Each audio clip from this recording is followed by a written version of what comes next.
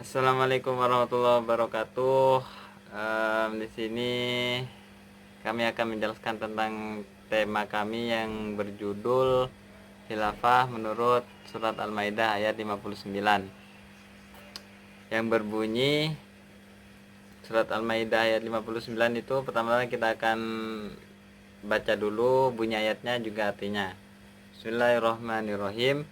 Qul ya ahlal kitabi hal tankimuna minna illa an amanna billahi wa ma unzila ilaina wa ma unzila min qablu wa anna aktsarukum fasikun. Ya, artinya, hai ahli kitab, apakah kamu memandang kami salah hanya lantaran kami beriman kepada Allah, kepada apa yang diturunkan kepada kami dan kepada apa yang diturunkan sebelumnya, sedangkan kebanyakan di antara kamu benar-benar orang-orang yang fasik. Itu sekilas dari ayat juga pengertiannya. Nah, poin saya ini akan menjelaskan tentang poin pertama mengenai tafsir ayat bil ayat.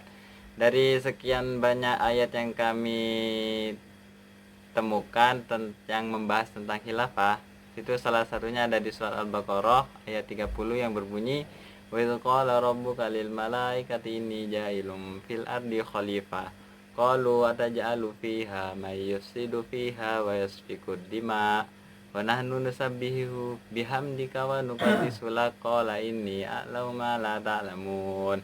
Itu artinya adalah, ingatlah ketika Tuhanmu berfirman kepada para malaikat, sesungguhnya aku hendak menjadikan seorang khalifah di muka bumi. Lalu malaikat berkata, mengapa engkau hendak menjadikan khalifah di bumi itu, sedangkan orang-orang yang akan membuat kerusakan padanya dan menumpahkan darah? Padahal kami senantiasa bertasbih dengan memuji engkau dan mensucikan engkau. Lalu Tuhan berfirman, sesungguhnya aku mengetahui apa yang tidak kamu ketahui. Itu adalah salah satu dari tafsir ayat yang membahas tentang khilafah. Dan juga ada lagi tafsir hadis bil hadis. Sini salah satunya dari beberapa hadis yang kami temukan, kami akan menyebutkan salah satunya, yakni yang diriwayatkan dari Nu'man bin Bashir, qala kunna qu'udan fil masjid ma Rasulillah sallallahu alaihi wasallam wa kana Bashirun rajulan yaqufu hadisa faja Abu Sa'labah al-Khashni faqala ya Bashir ibni Sa'ad atuhfidu hadis Rasulillah sallallahu alaihi wasallam faqala Hudzaif ana fat khutbah fajalasa Abu Sa'labah faqala Hudzaifah qala Rasulullah sallallahu alaihi wasallam takunu nubuwah fikum masyaallah an takuna thumma yarfauha idza syaa an nubuwah fatakuna masyaallah an takuna wa hakadha. Pokok inti dari hadis ini itu datang seorang yang bernama Abu Sa'labah al-Husaini. Beliau berkata, wahai Bashir bin Sa'ad, apakah kamu hafal hadis Nabi SAW yang berbicara tentang para pemimpin? Lalu Hudzaifah menjawab, saya hafal khutbah Nabi. Hudzaifah berkata, Nabi SAW bersabda, akan datang kepada kalian masa kenabian dan atas kehendak Allah masa itu akan datang kemudian. Kemudian Allah akan menghapusnya jika ia berkehendak menghapusnya. Setelah itu akan datang lagi masa kekhilafaan al-minhaj an-nubuwah dan atas kehendak Allah masa itu akan datang. Lalu Allah menghapusnya jika ia berkehendak menghapusnya. Begitulah, jadi masa kekhilafan ini suatu hari nanti itu akan datang jika Allah menghendakinya, dan juga suatu hari nanti kekhilafan ini akan hilang jika Allah menghendakinya. Itu sekilas tentang tafsir bil ayat juga tafsir bil hadis. Assalamualaikum warahmatullahi wabarakatuh. Saya di sini akan menjelaskan tentang asbabun nuzul Al-Maidah ayat 59. Sebelumnya ada kesinambungan antara Al-Maidah ayat 59 dan Al-Maidah ayat 57. Jadi kita tarik mundur dulu dua ayat, yaitu ke surat Al-Maidah ayat 57. Di surat Al-Maidah ayat 57 ini dikisahkan bahwa ada dua orang, yaitu Rifa'ah bin Zaid bin Atabud dan Suaid bin Al-Haris. Dua orang ini seakan-akan menjadi orang muslim, tapi sebenarnya mereka itu munafik. Lalu ada seorang muslim yang bersimpati kepada dua orang tersebut.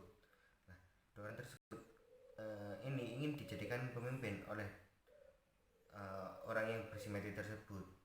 Nah, turunlah ayat 57 surat Al-Maidah yang artinya, hai orang-orang yang beriman, janganlah kamu mengambil jadi pemimpin orang-orang yang membuat agamamu jadi bahan ejekan dan permainan, yaitu diantaranya orang-orang yang telah diberi kitab sebelumnya, orang-orang yang kafir, orang yang munafik, dan bertakwalah kepada Allah jika kamu betul-betul orang yang beriman. Nah, di sini menyebutkan bahwa orang-orang yang munafik itu jangan dijadikan pemimpin supaya agama kita itu tidak diejek untuk kedepannya. Lalu diteruskan kepada surat Ali Imran ayat 84, dikisahkan bahwa Ibnu Abbas Ibnu Abbas mengisahkan bahwa ada 3 orang Yahudi yang bertanya kepada Nabi, wahai Nabi, kepada siapakah engkau beriman? Lalu Nabi pun menjawab, saya beriman kepada Allah, beriman kepada apa yang diberikan kepada Ibrahim, Ismail, Ishak, Yakub dan cucu-cucunya, dan apa yang telah diberikan juga kepada Musa dan Isa, dan yang diberikan kepada nabi-nabi sebelumnya. Tidak ada perbedaan satu dan lainnya yang tentang apa yang diberikan, dan kepadanya lah kita berserah diri, kepada Allah kita berserah diri. Nah, ketika Nabi mengatakan Isa, para orang Yahudi ini tidak mengakui bahwa Isa itu merupakan tidak mempercayai Isa dan apa yang diberikan kepada Isa. Nah, setelah kejadian tersebut Allah menurunkan surat Al-Maidah ayat 59 ini. Di surat Al-Maidah ayat 59 ini merupakan teguran bagi orang-orang Yahudi yang membenci Rasulullah dikarenakan tidak mempercayai Isa dan nabi-nabi sebelumnya dan apa yang diturunkan kepadanya, yang artinya surat Al-Maidah ayat 59 yaitu, katakanlah, hai ahli kitab, apakah kamu memandang kami salah hanya lantaran kami beriman kepada Allah, kepada apa yang diturunkan kepada kami dan apa yang diturunkan sebelumnya, sedangkan kebanyakan di antara kamu benar-benar orang yang fasik. Nah, di sini bahwa itu benar-benar teguran kepada para ahli kitab, yaitu orang-orang yang sebelumnya yang telah menerima kitab, yang tidak mempercayai Nabi Isa dan kitabnya, apa yang diturunkan kepada Nabi Isa. Nah, begitulah asbabun nuzul surat Al-Maidah ayat 59. Terus tentang surat Al-Maidah ayat 59 ini merupakan ayat Madaniyah. Meskipun Al-Maidah ini kebanyakan ayat-ayatnya Makkiyah, tetapi teruntuk Al-Maidah ayat 59 itu termasuk surat Madaniyah karena diturunkan kepada Nabi ketika Nabi setelah melakukan haji wada. Ya, sekian. Bismillahirrahmanirrahim. Ya, saya akan menerangkan tentang tafsir bil mufassir. Ini adalah pendapat-pendapat dari beberapa ahli-ahli tafsir yang mana menerangkan tentang Al-Maidah ayat 59 itu.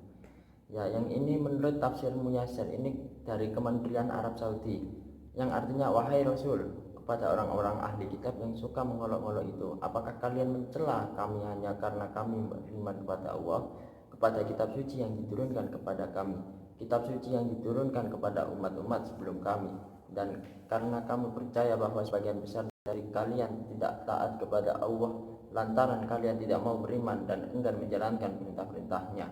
Celaan yang kalian lontarkan kepada kami itu sejatinya sebuah pujian bagi kami, bukan celaan.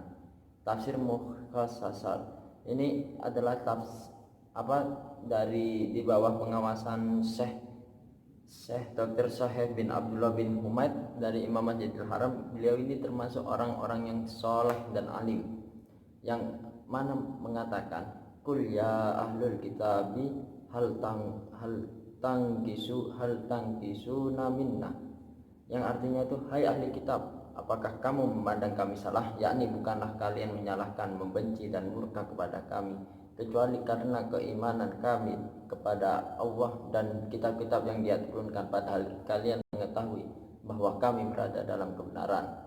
Wa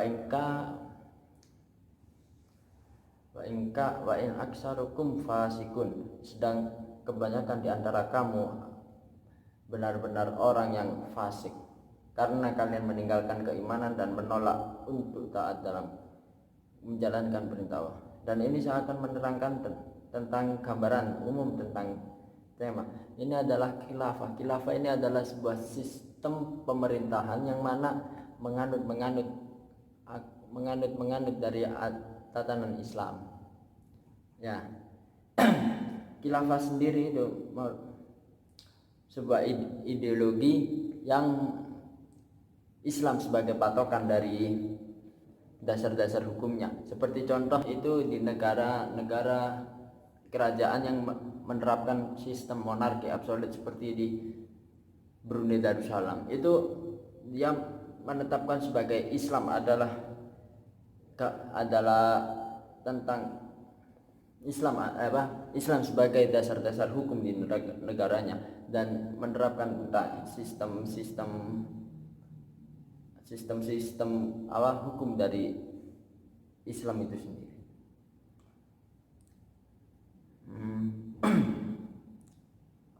Dalam sejarahnya, khalifah merupakan suatu gelar yang diberikan. Ya, khalifah adalah itu pemimpin dari sistem khilafah. Ya, dalam sejarahnya itu khalifah itu dipimpin dari secara ditunjuk dari beberapa masyarakat. Ya, seperti Abu Bakar As-Siddiq, Umar bin Khattab, itu ditunjuk dari beberapa orang yang soleh. Ya, emang soleh.